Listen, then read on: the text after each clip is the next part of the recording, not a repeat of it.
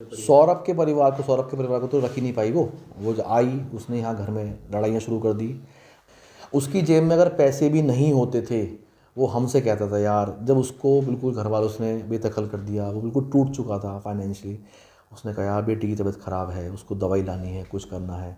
तो मैंने कहा हाँ भाई कोई दिक्कत नहीं है, तो हम उसको हेल्प भी कर देते कई बार। बड़ा दुर्भाग्य है हम भारतीयों के लिए कि अगर पुरुष कोई अब तक ऐसी कोई हरकत करते थे तो उसको सजाए फांसी हो जाती। मारता भी नहीं था लेकिन वो तब भी शोर बहुत मचाती थी, अपने फुल बाल नोच लिए, कुछ कर लिया कि मुझे मार रहे हैं। मोहल्ले में ऐसी इमेज बनानी चाहिए कि सौरभ के घर वाले और सौरभ उसको जो है प्रताड़ित करते हैं।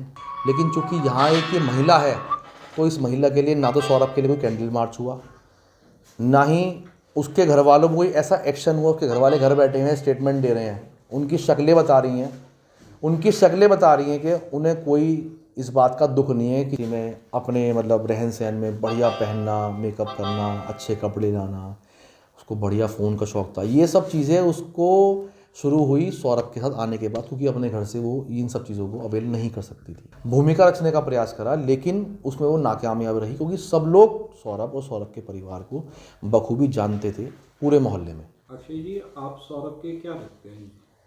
आप मुझे सौरभ का मित्र, सौरभ का भाई, सौरभ का पड़ोसी, बचपन का साथी, कुछ भी कह सकते हैं। सौरभ के बारे में आपको पता चला होगा, क्या कुछ कहना चाहते हैं आप? जिस दिन मुझे पता लगा सौरभ के बारे में, मैं ड्राइव कर रहा था और ड्राइव करते करते एकदम से मेरा दिल घबरा गया। मुझे पसीना आया कि सौरभ के साथ ये क्या हो गया। मतलब विश्वास सा नहीं हुआ एक बार को तो कि ऐसा भी हो सकता है। और जब पता लगा कि हत्या हो गई तो पता लगा ठीक है, लेकिन हत्या के बाद ये पता लगा 15 टुकड़े कर दिए उसके। हैवानियत वाला हाल है, हैवानियत से भी बड़ी हैवानियत है ये तो। क्या बचपन के बारे में कुछ जानते हो आप सौरभ का? मुस्कान के बारे में कुछ कहना चाहें? नहीं, मुस्कान से उसकी मुलाकात बहुत पुरानी नहीं थी। मुस्कान से उसकी मुलाकात जो है, जिस वक्त उसकी शादी हुई है 2016 में, 1 साल पहले ही मुलाकात हुई थी।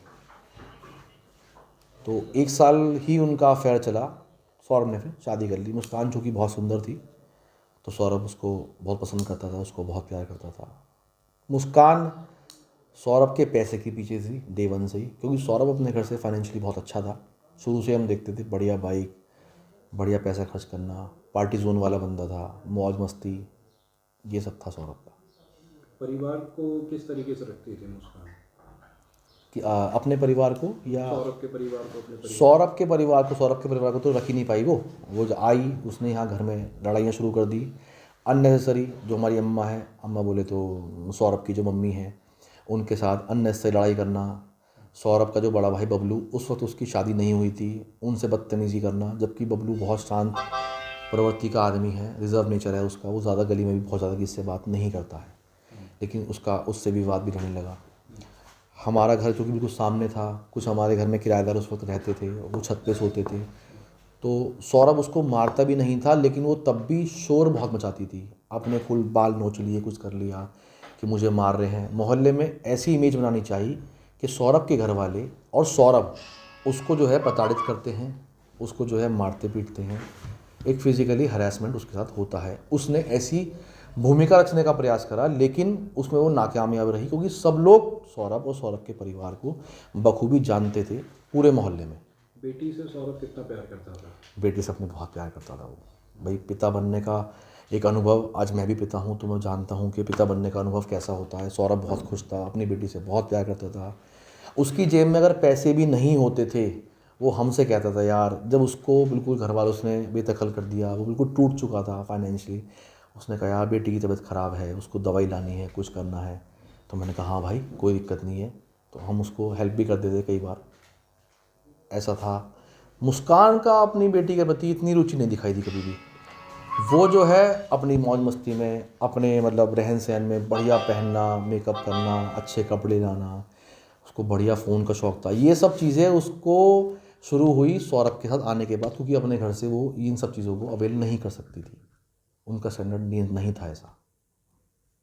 क्या सज़ा चाहते हैं आप आरोपियों के खिलाफ? देखिए, बड़ा दुर्भाग्य है हम भारतीयों के लिए कि अगर पुरुष कोई अब तक ऐसी कोई हरकत करते थे तो उसको सजाए फांसी हो जाती, या उसके घर वालों को जनता मारने पीटने दौड़ती, उनका जीना हराम कर देती, जबकि उनके माँ बाप की कोई गलती नहीं होती तब भी। उसके रिश्तेदारों को परेशान करती। लेकिन चूंकि यहाँ एक ये महिला है तो इस महिला के लिए ना तो सौरभ के लिए कोई कैंडल मार्च हुआ, ना ही उसके घर वालों को कोई ऐसा एक्शन हुआ। उसके घर वाले घर बैठे हुए हैं, स्टेटमेंट दे रहे हैं, उनकी शक्लें बता रही हैं कि उन्हें कोई इस बात का दुख नहीं है किसी का घर का बेटा चला गया। क्या सज़ा चाहते हैं आप? सज़ा तो मैं यही चाहता हूँ कि उनको सज़ा फांसी की ही होनी चाहिए, या कोई ऐसी दर्दनाक मौत उन्हें मिले, ऐसी दर्दनाक सज़ा उन्हें मिले जो सौरभ की मरी हुई आत्मा को शांति मिल जाए कि उसके साथ क्या हुआ।